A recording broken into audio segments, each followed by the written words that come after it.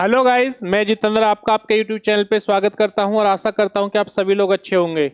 यह इन्फॉर्मेशन उन बच्चों के लिए या खुशखबरी उन बच्चों के लिए जिनका सीटेट क्वालिफाई है, चाहे वो पीआरटी हो यानी पेपर नंबर फर्स्ट हो या सेकंड यानी कि टीजीटी हो।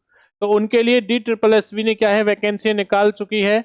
डी ट्रिपल एस वी ने कुछ वैकेंसी निकाल रखी हैं। जिन बच्चों का सीटेट क्वालिफाई है वो बच्चे इन वैकेंसियों को भर सकते हैं। तो देखिए वे जो फॉर्म है कब से भरे जा रहे हैं, 21/11/2023 यानी 21 नवंबर 2023 से फॉर्म जो है इनकी भरने की शुरुआत हो चुकी है। और भाइयों याद रखना इसकी जो लास्ट डेट है वो कब है, 20/12/2023 यानी कि वो बच्चे 20 दिसंबर 2023 तक क्या है याद रखना इस फॉर्म को भर सकते हैं। डी ट्रिपल एस में जो वैकेंसियां निकाली हैं वो कौन सी हैं, पीआरटी, टीजीटी और पीजीटी, ये वैकेंसियां इन्होंने निकाली हैं। तो ये खुशखबरी उन बच्चों के लिए है जिन बच्चों का सीटेट क्वालिफाई है, इस चीज के बारे में याद रखना। तो ध्यान देना, पीआरटी के लिए जो एज चाहिए वो कितनी चाहिए भाई, 30 वर्ष चाहिए। जिन भाइयों की 30 वर्ष से क्या है कम एज या 30 वर्ष फिक्स है वो बच्चे क्या है इस फॉर्म को अप्लाई कर सकते हैं। टीजीटी वालों के लिए भी एज कितनी है, 30 वर्ष है। और जो पीजीटी वाले हैं उनके लिए 36 वर्ष से याद रखना, 36 से 37 वर्ष उन्हें क्या दे रखा है यहाँ पर उनके बारे में बता रखा है। अब इस क्वालिफिकेशन के अंदर हम लोग जानेंगे कि पीआरटी फॉर्म भरने के लिए आपके पास क्वालिफिकेशन क्या क्या चाहिए, क्या क्वालिफिकेशन नहीं है। तो याद रखना, जो बच्चा पीआरटी का फॉर्म अप्लाई करना चाहता है, जो सरकारी टीचर बनना चाहता है दिल्ली के अंदर, वो बच्चे क्या है उन बच्चों के पास एक तो डिप्लोमा होना चाहिए, साथ में पेपर सीटेट 1 जो है वो पास आउट यानी कि क्वालिफाई चाहिए। ये चीज याद रखना। अगर आपको दिल्ली के अंदर क्या है पीआरटी का टीचर बनना है तो भाई आपको क्या है डिप्लोमा, 2 वर्ष का डिप्लोमा होना चाहिए। और क्या होनी चाहिए, सीटेट जो एग्जाम है फर्स्ट पेपर क्वालिफाई होना चाहिए। ये आपकी क्वालिफिकेशन रहेगी किसके लिए, पीआरटी के लिए। अब जानेंगे कि टीजीटी के लिए क्वालिफिकेशन क्या है। तो एज सेम है, कितनी चाहिए, 30 वर्ष चाहिए। और क्या भाई ग्रेजुएशन चाहिए आप लोगों की। ग्रेजुएशन के साथ उनकी क्या होनी चाहिए मेरे भाइयों, बीएड भी होनी चाहिए, ग्रेजुएशन प्लस में बीएड। और याद रखना पेपर नंबर जो है वो सीटेट कौन सा क्वालिफाई होना चाहिए, पेपर नंबर जो 2 है वो उन्हें क्वालिफाई चाहिए। तो जिन भी भाइयों का या तो पेपर नंबर फर्स्ट और डिप्लोमा है वो बच्चे क्या है पीआरटी के जो फॉर्म है उसे अप्लाई कर सकते हैं। या जिन भाइयों ने ग्रेजुएशन प्लस क्या कर रखी है, बीएड कर रखी है और CTET paper number 2 pass out कर रखा है, वो बच्चे भी क्या है भाई इस फॉर्म को अप्लाई कर सकते हैं। और याद रखना इस चैनल के माध्यम से आपको डी ट्रिपल एस की तैयारी जो है यानी कि जो पेडागोजी है वो आपको कराई जाएगी।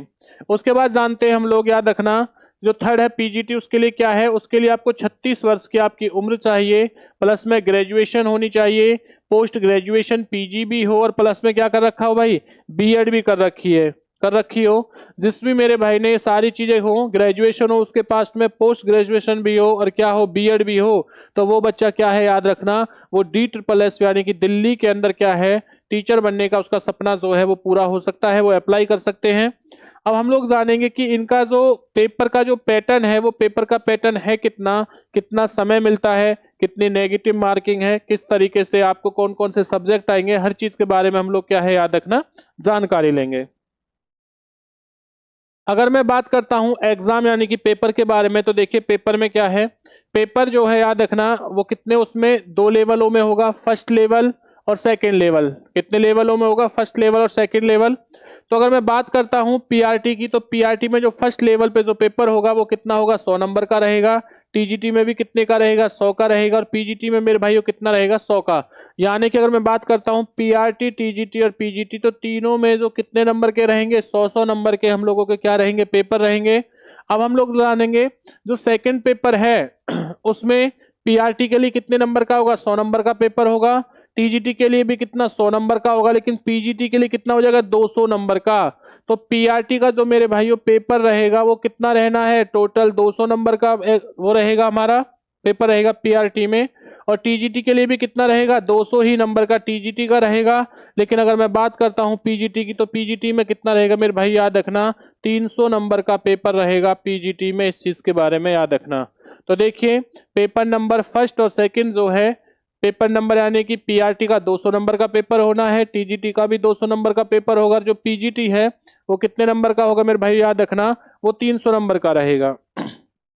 इसी के बाद में हम जानेंगे कि ये पैटर्न जो है सब्जेक्ट कौन कौन से इसके बारे में समझ। देखिए अगर मैं बात करता हूं सब्जेक्ट की तो मेरे भाइयों याद रखना इसके अंदर जनरल अवेयरनेस आएगी, यानी कि कितने नंबर की, ये मैं बात कर रहा हूं पीआरटी और टीजीटी की। देखिए यहाँ पे लिखा हुआ है मैंने कि यहाँ पर हम बात करेंगे ओनली पीआरटी और टीजीटी सब्जेक्ट के बारे में, याद रखना। तो देखिए जनरल अवेयरनेस जो आएगी उसमें 20 क्वेश्चन आएंगे। क्वेश्चन कितने आने मेरे भाइयों, 20 क्वेश्चन आएंगे, और 20 क्वेश्चनों के साथ जो नंबर होंगे वो भी कितने, 20 नंबर की आनी है।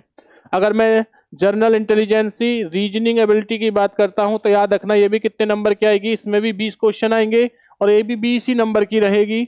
मैं बात करता हूं अर्थमेटिक यानी कि मैथ की बात करता हूं तो इसमें कितने नंबर की यानी मेरे भाइयों 20 नंबर की 20 क्वेश्चन आएंगे और नंबर कितने होंगे, वो भी 20 नंबर की ही आपकी रहेगी। इसी के साथ हिंदी लॉन्ग जो कॉम्प्रिहेंसिव है याद रखना, चाहे मैं इंग्लिश लॉन्ग कॉम्प्रिहेंसिव की बात करूं ये भी 20-20 क्वेश्चन आने हैं दोनों हिंदी और इंग्लिश के, और ये कितने कितने नंबर के हो जाएंगे, 20-20 नंबर के। तो देखिए थोड़ा ध्यान देना, 20 की हम लोगों की जनरल अवेयरनेस हो जाएगी, 20 की रीजनिंग हो गई, 20 की मैथ हो गई, हिंदी और इंग्लिश भी 20-20 की होगी, तो टोटल कितने हो गए, 100 क्वेश्चन हो जाएंगे। और कितने नंबर में आएगा भाई, 100 नंबर का हमारा पहला पेपर आएगा। इस चीज के बारे में याद रखना, ये जो पेपर है वो किसका रहेगा, ये पेपर रहेगा मेरे भाइयों फर्स्ट पेपर। फर्स्ट पेपर के बाद में सेकंड जो इसके अंदर पेपर होगा याद रखना, वो पेपर क्या होगा, तो जो सेकंड पेपर होना है इस चीज के बारे में जानते हैं कि ये तो लेवल नंबर फर्स्ट हो गया पेपर का कि भाई 100 नंबर का होना है। अब जो 100 नंबर का पेपर होगा उसमें पीआरटी में 100 नंबर की क्या नहीं है याद रखना, टीचिंग मेथोलॉजी आएगी, जिसे हम लोग क्या बोलते हैं याद रखना, जिसे हम पेडागोजी बोलते हैं या जिसे हम सीडीपी बोलते हैं, याद रखना। इसके अंदर आएगा कितने नंबर के आएंगे मेरे भाइयों, 100 नंबर का आना है, यानी कि 100 नंबर ऊपर वाले और 100 नंबर ये पेडागोजी, टोटल कितने नंबर का हो जाएगा, 200 नंबर का पेपर होगा। किसका, ये होगा पीआरटी का। और अगर मैं बात करता हूं किसके बारे में, टीजीटी के बारे में, तो याद रखना जो मेरे भाइयों टीजीटी का जो पेपर है, इस टीजीटी के पेपर में इनका जो मेन सब्जेक्ट रहेगा, जिस बच्चे का जो भी मेन सब्जेक्ट है वो कितने नंबर का रहेगा देखना, 100 नंबर का।